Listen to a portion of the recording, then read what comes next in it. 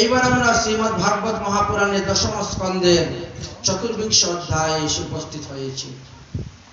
এই অধ্যায়ে দেবরাজ ইন্দ্রের অহংকার চূর্ণের কারণে ইন্দ্র পূজা বন্ধ করে দিয়ে ভগবান গিরিরাজ গোবর্ধনের পূজা করেছিলেন। এই অধ্যায়টি মানসী গঙ্গা উৎপত্তির কথা আলোচনা করা হয়েছে, গোবর্ধন পূজার কথা আলোচনা হয়েছে। একদিন শ্রী গোবিন্দ দেখেন গ্রামের সমস্ত মায় মুরব্বীরা বসে একটা বিরাট বড় বৈঠকে বসেছেন। কি ব্যাপার? ভগবান শ্রীকৃষ্ণের বয়স তখন 7 বৎসর। সবাই মিলে বৈঠকে বসেছেন। কি হলো? বলে না, প্রতি 12 বৎসর পর পর আমরা একটা ইন্দ্রযজ্ঞ করি বিরাট বড় ভাবে। এই বৃন্দাবনের 364টি গ্রাম আছে, 364টি গ্রামের সবাই মিলে একত্রে চাঁদা তুলে এই উৎসবটা করা হয়। 364 গ্রামে তাহলে কত লোক হতে পারে চিন্তা করেন। এই উৎসবে 3 দিন ব্যাপী খাওয়া দাওয়া হয়, খুব ধুমধাম হয়, উৎসব হয়। তো এইবারও সে 12 বছর পূর্ণ হয়ে যাচ্ছে, তো তাই আমরা এই উৎসবের মিটিংয়ে বসেছি। ভগবান শ্রীকৃষ্ণ বলেন, বাবা ইন্দ্র পূজা করে কি হবে? আমার কপালে যদি না থাকে ইন্দ্র তার ঘর থেকে এনে দিবে না, আর আমার কপালে যদি থাকে ইন্দ্রের বাপেরও ক্ষমতা নাই সেটা নিয়ে যাওয়া। ইন্দ্র পূজা করতে যাবেন কেন? আরে পূজা যদি করতে হয় তো গিরিরাজ গোবর্ধনের পূজা করুন, পূজা যদি করতে হয় গোমাতার পূজা করুন, পূজা যদি করতে হয় ব্রাহ্মণ বৈষ্ণবের পূজা করুন, যা শাস্ত্রে বিধান দেওয়া আছে তাই করুন। ইন্দ্র পূজা কেন করতে যাবেন? দেখো, আমিও যখন উচ্চারণ করতে যাই তখন দেখি সাধু শান্ত মহাত্মারা এই গিরিরাজ গোবর্ধন পর্বত 21 কিলোমিটার লম্বা চূড়া, ওটা সবাই পরিক্রমা করে। তো আমি জিজ্ঞাসা করলাম, হে সাধু মহাত্মাগণ, তোমরা কেন এই গিরিরাজ গোবর্ধন পর্বত পরিক্রমা করো? তারা বলছেন, মথুরায় তথা সাক্ষাৎ কৃতৈশ্চৈব প্রদক্ষিণং বৈষ্ণব ধাম সম্প্রাপ্ত মুদতি হরিসন্নিধৌ। এই যে গিরিরাজ গোবর্ধন পর্বত 21 কিলোমিটার, এটি বিরাট মাহাত্ম্য আছে। এই যে পর্বত, এটা মহাতীর্থ। এইরকম মহাতীর্থ অতীতে কখনো ছিল না, আর ভবিষ্যতে কখনো হইবে না। এই গিরিরাজ গোবর্ধন পর্বতকে যে দর্শন করবে, স্পর্শন করবে, পরিক্রমা করবে, তাকে আর মাতৃগর্ভে এসে জন্মগ্রহণ করতে হবে না। তুমি তো জানো না বাবা, এ বিরাট। অতএব মা যজ্জত আচরিতম শ্রেষ্ঠম তদান মানবর্তনে। সাধু সন্তরা আমাদের থেকে অনেক শ্রেষ্ঠ, আমাদের থেকে অনেক উপরে। তাদের আচরণটা আমাদের আচরণ করাই শ্রেষ্ঠ। অতএব আমরা এই বছর ইন্দ্র পূজা না করে সেই সমস্ত দ্রব্য দিয়ে গিরিরাজ গোবর্ধনের পূজা করব।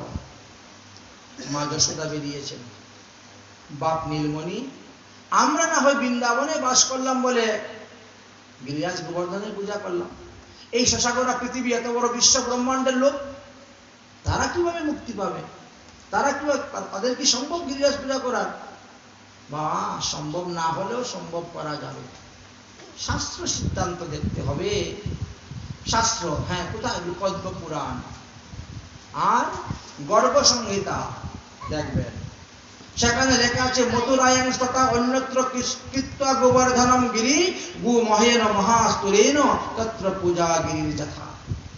সদ্যজাত গরুর গোবর এনে তুমি গিরিরাজ গোবর্ধন পর্বত বানাবে, তার মধ্যেই ফুল তুলসী দিয়ে পূজা করবে, ভোগ লাগাবে, তাহলে তুমি সেই ফল লাভ করতে পারবে বৎসরে একদিন। কোন দিন? কার্তিক মাসের শুক্লপক্ষ প্রতিপদ দিবস। সেখানে গর্গাচার্য ছিলেন, অন্যান্য অনেকেই ছিলেন। সবাই বলছে ঠিক ঠিক ঠিক, কৃষ্ণ যা বলেছে এটাই ঠিক। তাহলে এইখানে সিদ্ধান্ত শেষ হয়ে গেল। এইবার আর আমরা ইন্দ্র পূজা করব না, এইবার আমরা গিরিরাজ গোবর্ধনের পূজা করব। সবার নিমন্ত্রণ দেওয়া হয়ে গেল। যথা সময়ে সবাই গিয়ে গিরিরাজ তটে উপস্থিত হবেন। আচ্ছা, কোথায় আমরা আগে পূজা করব? বলছেন জ্যোতিপুরা নামক গ্রামের দিকে যে অংশটা পড়েছে সেখানে যাব, ওটা আমাদের জন্য কাছে। জ্যোতিপুরাকে বলা হয় মুখারবিন্দ। ওই স্থানে গিয়ে আমরা পূজা করব। ঠিক আছে।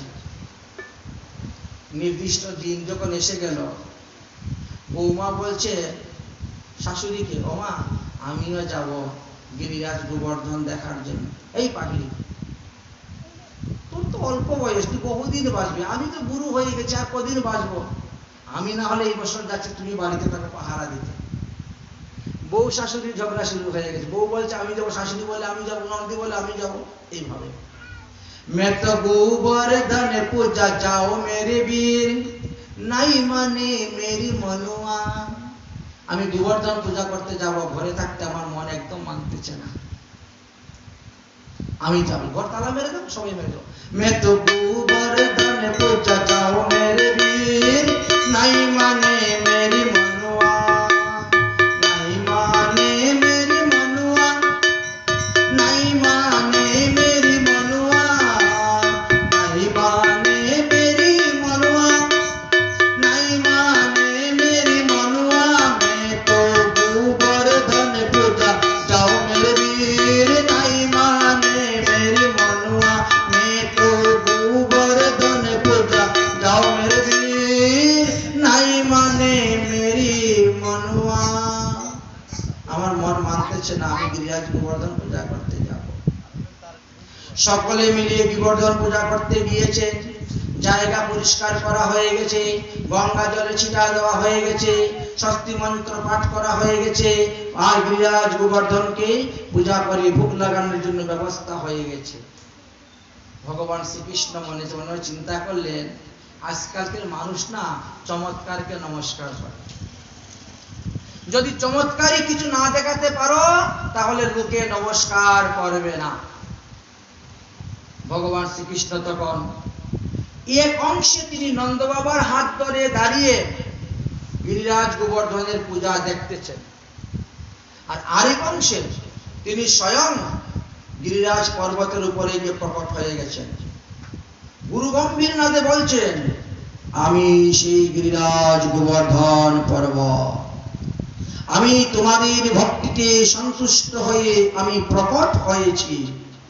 আসো তোমরা আমার সেবা করো, আমার পূজা করো, বরদান গ্রহণ করো, দাও দাও, তোমরা কি নিয়ে এসেছো দাও আমাকে। সব সন্তুষ্ট, ভগবান প্রকট হয়ে গেছেন আমাদের পূজাতে, সবাই দিতে শুরু করেছেন, যে যা পারে সব কিছু দিতে শুরু করেছেন, আর ভগবান খেতে শুরু করেছেন। অনেক দিনের ক্ষুধায় গোপাল খাইল সকল, যত লোকে যত নৈবেদ্য নিয়ে এসেছিলেন সব ভগবান খেয়ে নিয়েছেন। আরে ওর লাও, ওর লাও, মানে আরো আনো, আরো আনো। এই জন্য জ্যোতিপুরার পাশের গ্রাম হয়ে গেল আনুর গ্রাম, আরো আনো, আরো আনো। আমরা যাচ্ছি, এখনই ঘর থেকে নিয়ে আসছি, ব্রজবাসীরা দৌড়ে যাচ্ছে, ঘর থেকে নিয়ে এসে ভগবানকে দিবে। ভগবান হাত বাড়িয়ে দিয়েছেন, একেবারে ব্রজবাসীর ঘরের চিকার থেকে নিয়ে খেতে শুরু করে দিয়েছেন, চিকার থেকে নিয়ে নিয়ে। ওরে বাবা, এই রকম ভগবান কোথায় পাবেন? এত সহজ সরল, অল্পতেই সন্তুষ্ট। বিশ্বাস জমে গেল। ভগবান শ্রীকৃষ্ণ নিজের প্রতিবিম্বকে নিজে পূজা করছেন। ও বাবা, বাবা তুমি দাঁড়িয়ে দাঁড়িয়ে দেখছো কি?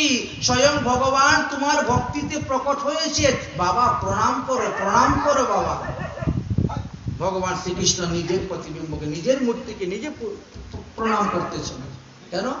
আপনি আচরি ধর্ম জীবের শিখায়, আপনি না আচরিলে শিখানো না যায়। আজকে যদি আপনি দণ্ডবত প্রণাম না করেন, আপনার ছেলে মেয়েরা দণ্ডবত প্রণাম করবে না। নিজের দেখা দিবে, একজনের দেখেন আরেকজন শিখবে। এই জন্য শেখাচ্ছে। গিরিরাজ গোবর্ধনের ছোটা যেন তিন দিকে একেবারে পরিষ্কার হয়ে গেছে।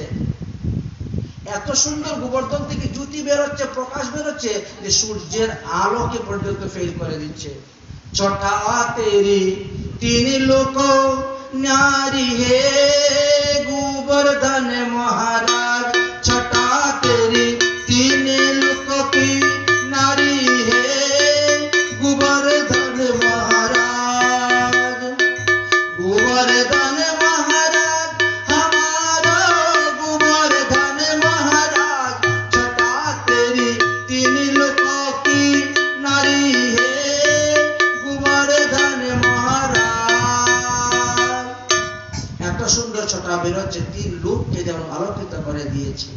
ভগবান শ্রীকৃষ্ণ বললেন, গিরিরাজ গোবর্ধনের পূজা করা হয়ে গেছে, এখন গোমাতাদের পূজা করো এবং ভগবানের প্রসাদ নিয়ে গোমাতাদের সেবন দাও, তারপরে ব্রাহ্মণ বৈষ্ণবদেরকে সেবন করাও, তারপরে হরিনাম সংকীর্তন করতে করতে এই গিরিরাজ গোবর্ধনকে পরিক্রমা করো।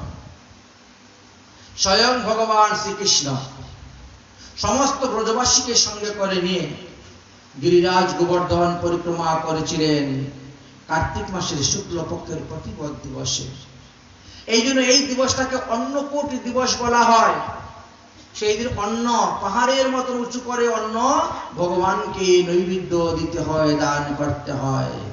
মা ভগবান শ্রীকৃষ্ণ মনের আনন্দে প্রসাদ পেয়ে গোমাতাদেরকে সঙ্গে করে নিয়ে গিরিরাজ গোবর্ধন পরিক্রমা করতে যাচ্ছেন আর গান গাচ্ছেন, শ্রী গোবর্ধন মহারাজ মহারাজ তেরি মাতে মুকুট বিরাজা রহে, শ্রী গোবর্ধন মহারাজ মহারাজ তেরি মাতে মুকুট বিরাজা রহে, তুপে পান চরে তুপে ফুল চরে তুপে চরে দুধ কি ধার, ও ধার তেরি মাতে মুকুট বিরাজা রহে, শ্রী গোবর্ধন মহারাজ মহারাজ তেরি মাতে মুকুট বিরাজা রহে, তুপে পান চরে তুপে ফুল চরে তুপে পান চরে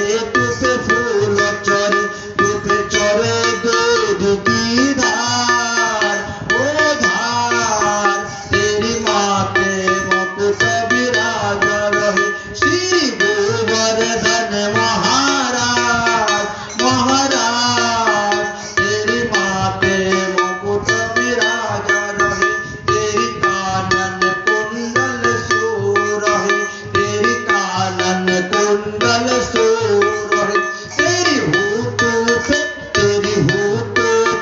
हीरा लाल, ओ लाल तेरी माते मुकुट विराजा रहे, श्री गोवर्धन महाराज महाराज तेरी माते मुकुट विराजा रहे, तेरी गल में बैजंती माला रहे, तेरी झांकी ओ तेरी झांकी ओ तेरी झांकी है विशाल, ओ विशाल तेरी माते मुकुट विराजा रहे, श्री गोवर्धन महाराज महाराज तेरी माते मुकुट विराजा रहे, तेरी माते मुकुट विराजा रहे, तेरी माते मुकुट विराजा रहे।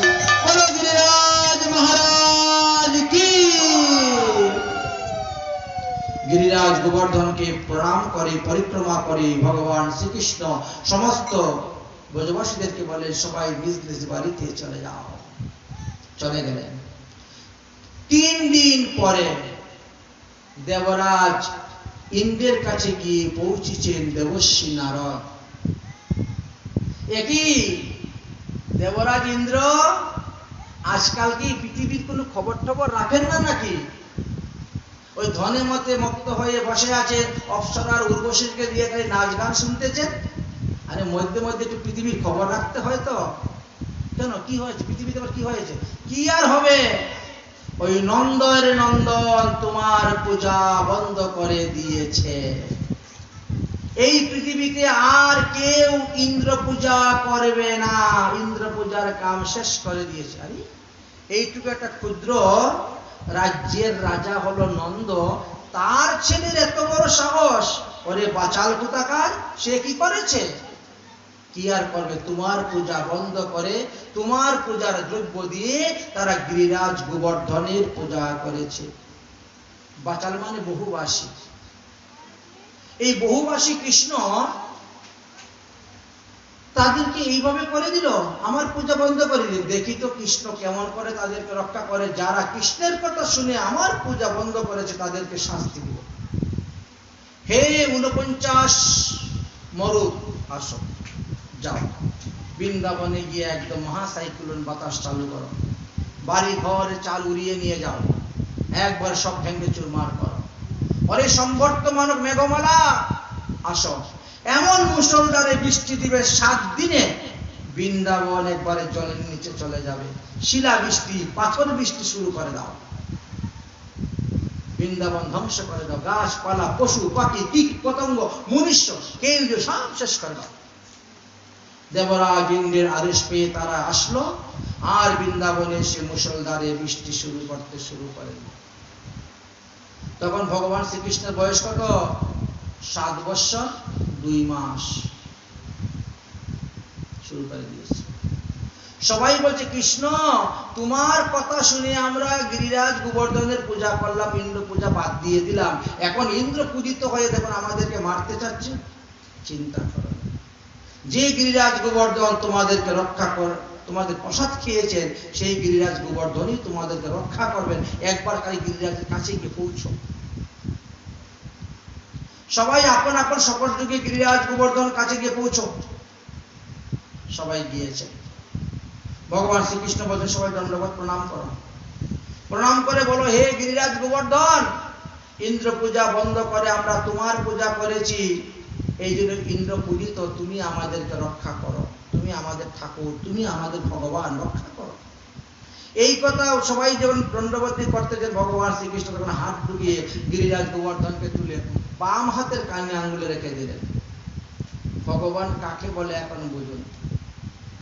21 কিলোমিটার লম্বা গিরিরাজ গোবর্ধন পর্বত, তার যেমন দৈর্ঘ্য তেমন প্রস্থ তেমন উচ্চতা। তাহলে কত টন হবে তার তো অন্ত নেই। কত লক্ষ লক্ষ টন, কোটি কোটি টন হবে তারও অন্ত নেই।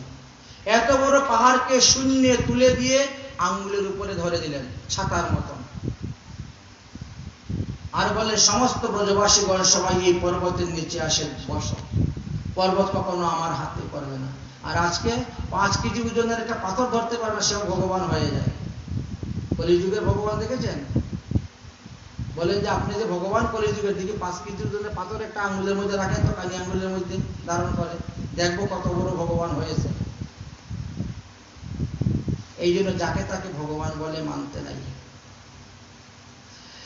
যাই হোক, 21 কিলোমিটার গিরিরাজ গোবর্ধন পর্বত ধারণ করে বললে 7 দিন 7 রাত মুষলধারে বৃষ্টি হলো, ইন্দ্র কিছু করতে পারলেন না। কেন? তখন অগস্ত্য মুনির আগমন হয়েছিল। অগস্ত্য মুনি যমুনার জলে নেমেছেন আর জলপান করতে শুরু করেছে। যত বৃষ্টি হয় যমুনার জল তো উনি সব খেয়ে নিচ্ছেন, এই জন্য আর বন্যা হলো না বৃষ্টি হওয়া সত্ত্বেও। 7 দিন পরে দেবরাজ ইন্দ্র ভয় পেয়ে ভীত হয়ে গিয়ে উপস্থিত হয়েছেন ব্রহ্মার কাছে। এই কৃষ্ণকে আমি মনে করেছিলাম নন্দরাজার ছেলে, তাকে অবজ্ঞা করেছি, কিন্তু এখন তো দেখছি স্বয়ং ভগবান। এখন বলেন তো আমি কি করে এই অপরাধ থেকে মুক্ত হতে পারবো? তখন উপায় দিলেন যে তুমি সুরভি গাভীকে সঙ্গে করে নিয়ে যাও, কৃষ্ণ গাভীর অত্যন্ত প্রিয়, সুরভি গাভীর জল দিয়ে তুমি তাকে স্নান করাও।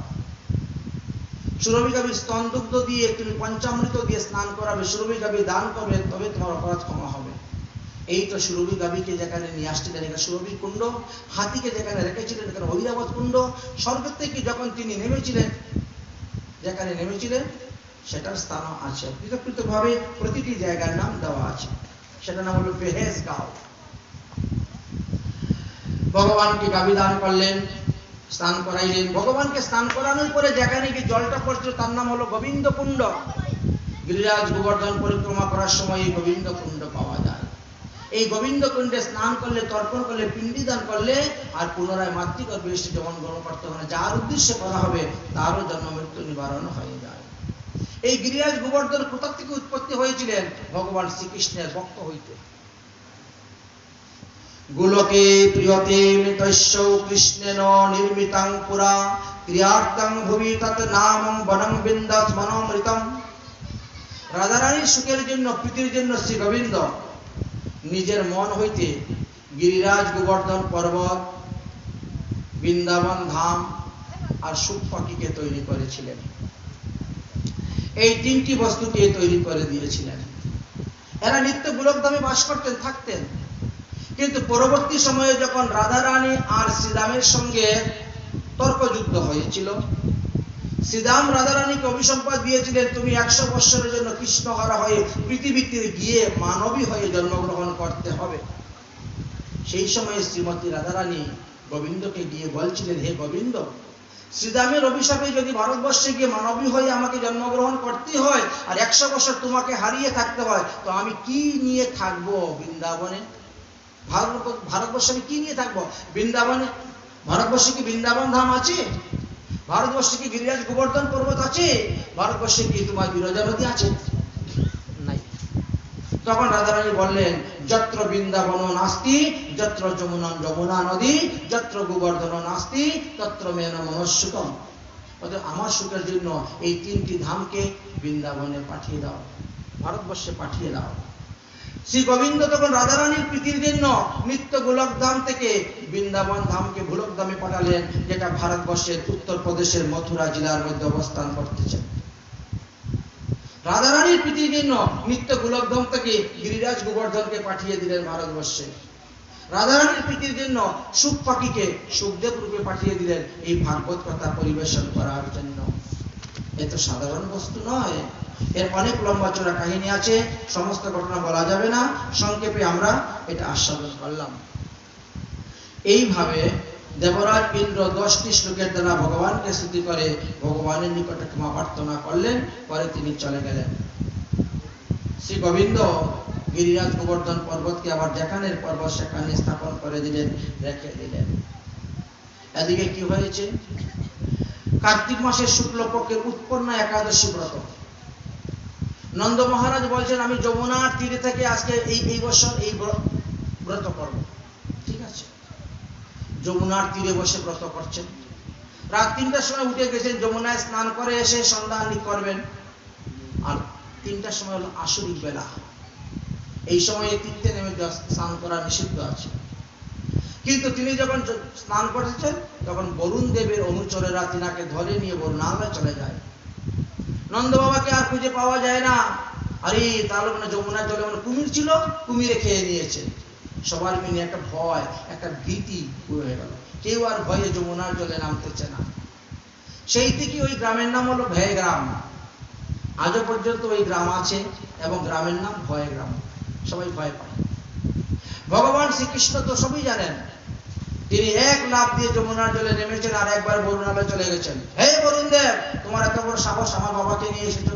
বরুণালয় বলছে, আমি আনি নাই, আমার অনুচরেরা নিয়ে এসেছে, ক্ষমা করুন আমার অনুচরের অপরাধ। আপনার বাবাকে এনেছে বলেই তো আজকে আমি আপনার চরণ দর্শন করতে পেলাম। পুজো টুজু করলো ভগবান শ্রীকৃষ্ণের, তারপরে বরুণ দেবকে ফেরত দিয়ে দিল।